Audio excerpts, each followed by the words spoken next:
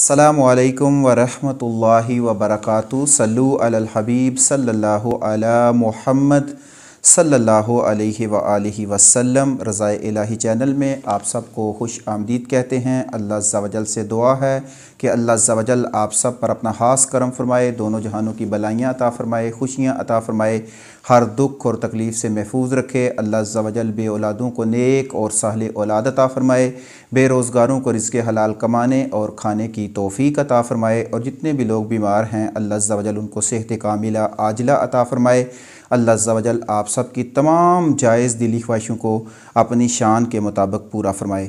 आज की जो हमारी वीडियो है ये बहुत ही इम्पॉर्टेंट है और इसमें बहुत ही एक अहम हदीस मुबारका जो है वो आपकी खिदमत में पेश करने की कोशिश करेंगे। आप इसको अच्छे तरीके से समझिएगा और इस पर गौर व फिक्र कीजिएगा। आज की जो हमारी हदीस मुबारका है वो ये है कि हम दुनिया और आखिरत में कामयाबी कैसे हासिल कर सकते हैं। रसूल अकरम सल्लल्लाहु अलैहि वसल्लम ने हमें ज़िंदगी गुजारने के बहुत से हसीन तरीके बताए हैं, जिनमें हमें दुनियावी फ़ायदे भी हैं और उखरवी फ़ायदे भी हैं। आका सल्लल्लाहु अलैहि वसल्लम ने दुनिया और आखिरत में निजात हासिल करने का जो लाजवाब और लाजवाल और बेहतरीन नुस्खा हमें बताया है, हम उस पर अमल करेंगे तो इंशाअल्लाह हमें दुनिया और आखिरत में फ़ायदा होगा। एक सहाबी अकरम रज़ी अल्लाह ताला अन्हो ने रसूल अकरम सल्लल्लाहु अलैहि वसल्लम की बारगाह अक़दस में अर्ज़ की कि या रसूलल्लाह सल्लल्लाहु अलैहि वसल्लम, नजात जो है वो किस चीज़ में है। अब आका सल्लल्लाहु अलैहि वसल्लम ने 3 जुमलों में एक ज़िंदगी गुजारने के मकासद और ज़िंदगी में कामयाबी हासिल करने के लिए और दुनिया और आखिरत में कामयाबी हासिल करने के लिए 3 जुमलों में सहाबी अकरम रज़ी अल्लाह ताला अन्हो को मुकम्मल इसकी डिटेल बता दी, जो ज़िंदगी गुजारने के लिए बहुत ज़रूरी चीज़ें हैं। उनमें पहली जो चीज़ है वो है अपनी ज़बान पर काबू पाना। जब इंसान अपनी ज़बान पर काबू पा लेता है, झूठ, ग़ीबत और हर किस्म के तोहमत, बुहतान वगैरह से वो बच जाता है, तो इसमें जो है उसके लिए कामयाबी है। बुरे कालिमात से बचना जो है और गुनाहों से बचना उसकी ज़िंदगी का फिर हिस्सा बन जाता है और वो नेकी की तरफ चला जाता है। इसी बात को कुरान जो है वो बयान करता है, जिसमें इस आयत का तर्जमा है, और जब भी कोई बात करता है तो एक चुस्त और तेज़ नगरान फरिश्ता जो है वो उसकी जो बात होती है वो लिख लेता है। तो हमें जब हम गपशप करते हैं, दुनियावी मामलात में बैठते हैं, गप्पें लगाते हैं, और जब हम मुख्तलिफ़ जगहों पे बैठ कर महफ़िल सजाते हैं जिसमें हम बहुत से झूठ बोलते हैं, तो हमें कुरान की इस आयत पर जो है वो ज़रूर गौर व फिक्र कर लेना चाहिए कि हमारी ज़बान से निकलने वाला हर लफ्ज़ जो है, हर हर्फ जो है वो एक चुस्त और तेज़ नगरान फरिश्ता जो है वो उसको लिख रहा है। तो इसलिए हमें चाहिए कि हम इसमें एहतियात बरतें और इन चीज़ों पर गौर व फिक्र करें। एक और जगह है कि जो मुझे अपनी शर्मगाह, ये हदीस मुबारका है, आका सल्लल्लाहु अलैहि वसल्लम का फरमान मुबारक का मफ़हूम है कि जो मुझे अपनी शर्मगाह ज़बान के इस्तेमाल की ज़मानत दे दे, मैं उसे जन्नत की ज़मानत दे दूँगा। तो ये देखें कितनी खूबसूरत बात है कि इंसान अगर अपनी ज़बान की हिफाजत करता है, अपनी शर्मगाह की हिफाजत करेगा, तो इंशाअल्लाह अज़्ज़ा वजल नबी करीम सल्लल्लाहु अलैहि वसल्लम के फरमान मुबारक के मुताबिक उसे जन्नत की ज़मानत मिलेगी। हज़रत लुक़मान, जिनकी हिकमत और दनाई का तज़किरा जो है वो कुरान मजीद में भी मिलता है, इनसे किसी ने पूछा कि आखिर दनाई कैसे मिलेगी, तो उन्होंने जवाब दिया कि मैंने जब से अपनी ज़बान पर काबू कर लिया है और लायानी चीज़ों को छोड़ दिया है, तो अल्लाह पाक ने मेरी ज़बान पर हिकमत के मोती जारी कर दिए हैं। दुनिया और आखिरत में निजात हासिल करने का जो आका सल्लल्लाहु अलैहि वसल्लम ने दूसरा तरीका बताया था, पहली बात तो होगी कि अपनी ज़बान पर काबू करना है, और दूसरा जो है वो ये है कि अपने गुनाह पर रोया करे। इंसान जब भी अपने गुनाहों पर रोएगा, शर्म के आंसू बहाएगा, तो उसमें उसके लिए निजात है।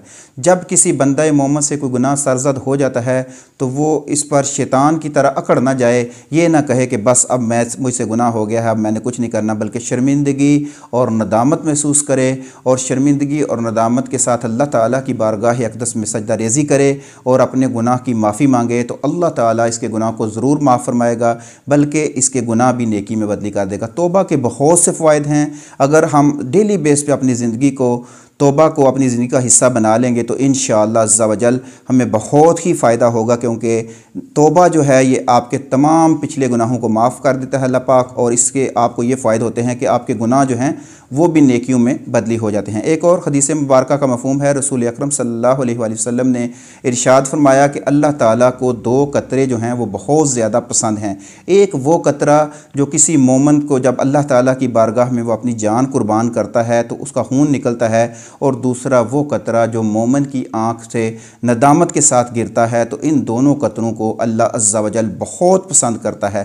पहले कतरे की शान ये है कि बंदा मोमिन के खून का कतरा बाद में ज़मीन पर गिरता है, पहले अल्लाह ताला इसके गुनाहों को माफ़ फरमा देता है। इससे ये मसला अख़ज़ हुआ कि जहाद की बहुत ज़्यादा फजीलत है और हमें उसकी तरफ भी गौर व फिक्र करनी चाहिए।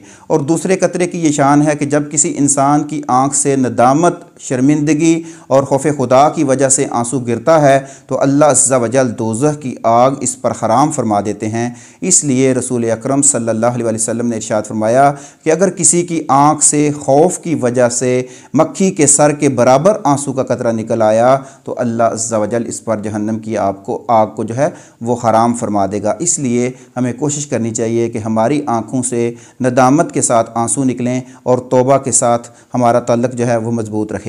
एक और मकाम पर रसूल अकरम सल्लल्लाहु अलैहि वसल्लम ने इरशाद फरमाया कि अगर ज़मीन पर सारे बंदे नेक हो जाएं, परहेज़गार बन जाएं, तो अल्लाह ताला इनको मौत दे देगा और ऐसे लोग ले आएगा जो गुनाह करेंगे और फिर इस पर शर्मिंदगी के आंसू बहाकर इसकी बारगाह में तौबा करेंगे। इसका कतन ये मतलब नहीं है कि हमने गुनाह करने हैं, बल्कि ये तलकीन दी जा रही है कि अल्लाह अज़्ज़ा वजल तौबा करने वालों को, आंसू बहाने वालों को कितना पसंद करता है। इससे हमने ये मतलब नहीं लेना कि हमने गुनाह शुरू कर देने हैं, बल्कि इसके मतलब ये हमने लेना है कि हमने तौबा करनी है और अपने गुनाहों के साथ नदामत के साथ आंसू बहाने हैं। तीसरी बात जो आका सल्लल्लाहु अलैहि वसल्लम ने इरशाद फरमाई वो था कि तेरा घर तेरे लिए वसी हो, यानी तो अपने घर में ज़्यादा वक्त गुजारा करो। ये नहीं है कि बाहर महफिलों में बैठे रहें और सारा टाइम बाहर ज़ाया करें और फिर हम ये भी कहें कि हमारे जो है वो आखिरत भी अच्छी हो, दुनिया भी अच्छी हो। तो इसके लिए तीसरी बात जो आका सल्लल्लाहु अलैहि वसल्लम ने बताई थी वो ये है कि अपने टाइम को जो है उसको मैनेज किया जाए और अपने घर वालों को भी इसके लिए इसका टाइम दिया जाए और घर में सुकून रहे, घर वालों के साथ बातचीत की जाए और गली में, चौकों में, सड़कों पर खड़े होने से जो बचा जाए। क्योंकि एक सहाबी करीम सल्लल्लाहु अलैहि वसल्लम ने जो है गली में खड़े होने से क्योंकि मना फरमाया था, तो सहाबी रज़ी अल्लाह ताला अन्हु ने अर्ज़ किया था कि या रसूलुल्लाह सल्लल्लाहु अलैहि वसल्लम, हम तो एक दूसरे से मिलना होता है, हम एक दूसरे से बातें करनी होती हैं। तो आका सल्लल्लाहु अलैहि वसल्लम ने फरमाया था कि जब तुम रस्तों में खड़े हो तो रस्तों का हक़ अदा किया करो, यानी कि अपनी निगाहें नीचे रखा करो, अपनी निगाहों को झुका लिया करो और एक साइड पर खड़े होकर जो है वो खड़े होकर अपनी बातचीत किया करो। इसलिए जब कभी हमें ज़रूरत के मुताबिक अगर कहीं बाज़ार में या किसी वजह से किसी सड़क पर खड़े होने का मौका मिलता है तो हमें चाहिए कि हम अपनी निगाहें नीची करें और दूसरों की इज़्ज़त की हिफाजत करें। धीमी आवाज़ में जो है वो ऐसी बातें करें जो हमें दुनिया और आखिरत में फ़ायदा बचाएं। गलत बातों से हमें हरगिज़ जो है वो बचना होगा और हर लिहाज से बचना होगा। अब इन तमाम इस हदीस मुबारक में जो चीज़ें हमें अख़ज़ हुई कि हमने ज़बान पर काबू करना है, अपने घरों को टाइम देना है और गुनाहों से नदामत के साथ आंसू बहाने हैं, तो इंशाअल्लाह अज़्ज़ा वजल अगर हम इन तीनों चीज़ों पर जो है अमल करना शुरू कर देते हैं तो हमें दुनिया और आखिरत में कामयाबी मिलेगी और हमें अपनी ज़बान पर काबू पा के किसी मोमिन को तकलीफ़ नहीं देनी। आप ये बात ज़हन में रखिएगा कि नमाज़ पंजगाना की पाबंदी करना, रोज़े रखना, ये तमाम इबादतें जो हैं ये हकूक़ुल्लाह में आती हैं। अल्लाह अज़्ज़ा वजल जिसे चाहे जब चाहे माफ़ फरमा सकता है, लेकिन हकूक़ुल इबाद के मानों में अगर आपने किसी हमसाये के साथ, अपने बड़े के साथ, छोटे के साथ किसी किस्म की भी ज़्यादती की तो जब तक वो माफ़ नहीं करेगा आपको कामयाबी नहीं मिलेगी, जन्नत आपको नहीं मिलेगी। आका सल्लल्लाहु अलैहि वसल्लम के मुबारक हाथों से हौज़ कौसर का पानी पीना आपको नसीब नहीं होगा। इसलिए कोशिश करें, हकूक़ुल इबाद का ख़ुसूसी ख्याल रखें, छोटों के साथ शफ़क़त करें, बड़ों के साथ मोहब्बत से पेश आएँ। अल्लाह अज़्ज़ा वजल से दुआ है कि अल्लाह अज़्ज़ा वजल हमें सही मानों में इस हदीस मुबारक पर अमल करने की तौफ़ीक़ अता फ़रमाए। और ये बहुत ही प्यारी हदीस है, अगर हम सही मानों में इस पर अमल करेंगे तो इंशाअल्लाह अज़्ज़ा वजल हमें दुनिया का भी फ़ायदा होगा और आखिरत में भी फ़ायदा होगा। और ये कितनी कामयाबी है कि इंसान दुनिया में भी कामयाब हो जाए और आखिरत में भी कामयाब हो जाए। अल्लाह अज़्ज़ा वजल से दुआ है कि अल्लाह अज़्ज़ा वजल हमारा ये सीखना, सिखाना, ये पढ़ना अपनी बारगाह अक़दस में कबूल मंजूर फ़रमाए और अल्लाह पाक हमें सही मानों में दीन इस्लाम पर अमल करने की तौफ़ीक़ अता फ़रमाए। हम आप सब के शुक्रगुज़ार हैं कि आप रज़ाए इलाही चैनल पर रहकर इल्म दीन सीख रहे हैं और दीन के इन पैगामात को आगे फैला रहे हैं। हम आप सब के शुक्रगुज़ार हैं। उम्मीद है कि इसी तरह आप हमारे साथ तावन करेंगे और दीन के इन पैगामात को आगे फैलाने में हमारे मददगार साबित होंगे। अल्लाह अज़्ज़ा वजल आप सब पर भी अपना खास करम फरमाए और हमें भी दीन के ज़्यादा से ज़्यादा काम करने की तौफ़ीक़ अता फ़रमाए।